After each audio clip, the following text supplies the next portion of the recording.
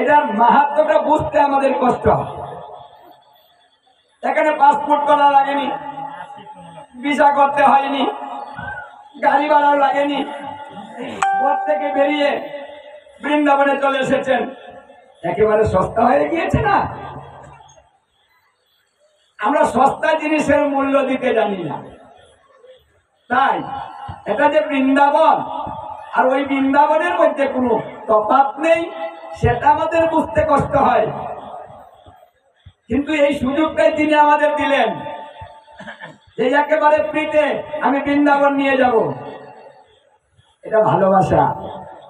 শুধু তিনি আসবেন না, রাধারানীকে তিনি বলেও দিলেন যে হে রাধে, আমি নববৃন্দাবনে যাব, গিয়ে কি করবে জানো? আমি নিজেই বিক্রি হয়ে যাব এবং তোমাকেও বিক্রি হতে হবে, আমরা দুজনেই বিক্রি হয়ে যাব, সবাই আমাদের কিনে নিয়ে চলে যাবে। রাধারানী প্রশ্ন করলেন, আচ্ছা তোমাকে কেউ কিনতে পারে?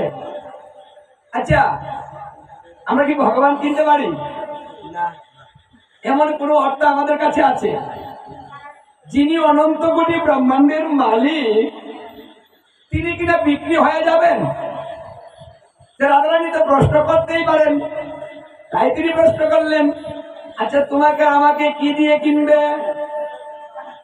ওটা বলে দাও। তখন শ্রীকৃষ্ণ বললেন, হে রাধে, আমাকে কি দিয়ে কিনবে জানো? আমার নববৃন্দাবনে আমার নাম নিতে নিতে, আমার নাম শ্রবণ করিতে করিতে, আমার মুখমাধুরী দর্শন করিতে করিতে, আমার কথা ভাবিতে ভাবিতে যদি কোনো ভক্ত দুপুটা নয়নের জল দেয়, আমি সেই ভক্তের কাছে জন্মের মতো বিক্রি হয়ে যাব। তাহলে কি দিয়ে কিনবেন? একটা টাকা লাগবে না, একেবারে ফ্রি। দুপুটা নয়নের জল এই নববৃন্দাবন থেকে রাধা কৃষ্ণ কিনে নিয়ে বাড়ি চলে যাবেন। কি সুযোগটা দিলেন আমাদের! অথচ নামে বসে নয়নের জল আসে না। সস্তা জিনিস, কিন্তু আমরা বুঝতে পারছি না, আর না বুঝার কারণে এখানে বসে দুপোটা নয়নের জল দিতে পারি না।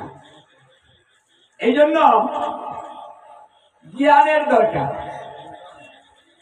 বৃন্দাবনটা কি? এটা কেমন দল? আবার এসে শুনলাম বলছে এবার কীর্তন করব, আর করবই না। কেন করবেন না? ওই জ্বালা যন্ত্রণা ভালো লাগে না। কেউ আসে না, ঠেকা বসে মানে কেউ আসে না তো, তাই এটা আর করবো না। কি করবেন আপনি? এটা যদি না করেন করবেনটা কি? আমার যুব ধর্ম। এটা বাদ দিলে আমার থাকলোটা কি? দেখুন আমাদের এই বৃন্দাবন যদি বাদ দিয়ে দেই, আমাদের কিন্তু কিছু রলো না। এত সস্তা সুযোগ পেয়েছি, যে সুযোগের কারণে সৃষ্টিকর্তা ব্রহ্মা পর্যন্ত আক্ষেপ করে যে হে গোবিন্দ, তুমি মানুষকে এত সুযোগ করে দিলে, আর আমাকে তুমি কেন ব্রহ্মা বানিয়ে রাখলে? আমাকে কেন তুমি মানুষ বানালে না? আচ্ছা আমি যদি মানুষ হতাম, সুযোগটা তো আমিও পেতাম। তুমি বৃন্দাবন নিয়ে জীবের ধারে চলে গেল, আর আমি বৃন্দাবনে যেতেই পারি না, কারণ বৃন্দাবনে যাওয়ার আমার অনুমোদন নেই, এই পৃথিবীতে আসার আমার অনুমোদন নেই, আমি ভূমিতে স্পর্শ করতে পারি না, কারণ সেই অধিকার তুমি আমাকে দাও নাই। তাহলে আমার ব্রহ্মা হয়ে লাভ কি? আবার তুমি বললে যে দেহি বড় বল্লভ মুদারম,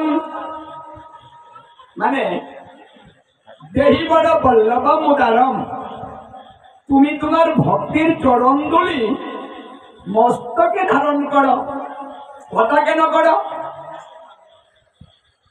তাহলে কি আছে ভক্তের চরণের মধ্যে, যার জন্য তুমি লালায়িত গোলক বৃন্দাবন পরিত্যাগ করে তুমি ভূলোকে এসেছো? আমি ব্রহ্মা কথা পাই না। আমি বুঝতে পেরেছি মনুষ্য জনম সর্বশ্রেষ্ঠ জনম, তার উপরে জনম হতে পারে না। এই জনমেই হচ্ছে দেব দুর্লভ জনম। তাই ব্রহ্মা আক্ষেপ করে আরো বলেছিলেন, হে গোবিন্দ, তুমি যদি আমাকে আবার জন্ম দাও, সেই জন্মটা তুমি আমাকে মনুষ্য লোকে দিও। তিনি আবার বললেন, যদি তুমি আমাকে মনুষ্য লোকে জন্ম না দাও তাতে আমার দুঃখ নাই। মানুষের নিচে তৃণলতা গাছ বানিয়ে তুমি আমাকে জন্ম দিও, তবু আমাকে তুমি ব্রহ্মা বানিও। তাহলে ব্রহ্মা কি হতে চান? ব্রহ্মা হতে চান তৃণলতা গাছ। সবাই গাছ তো চিনেন, গাছ, যে গাছের কোনো মূল্য নেই আমাদের কাছে, অথচ সৃষ্টিকর্তা ব্রহ্মা বলছেন তুমি আমাকে গাছ বানিয়ে পাঠাও। কেন? কারণটা হচ্ছে এই গাছ, এই গাছের উপর দিয়ে কি করে? ভক্তগণ বিচরণ করে। আমি যদি গাছ হই, তোমার ভক্তগণ আমার উপর দিয়ে বিচরণ করবে, তখন আমি কি পাবো? তোমার ভক্তের চরণে ধুলি আমি অঙ্গে মাখিব।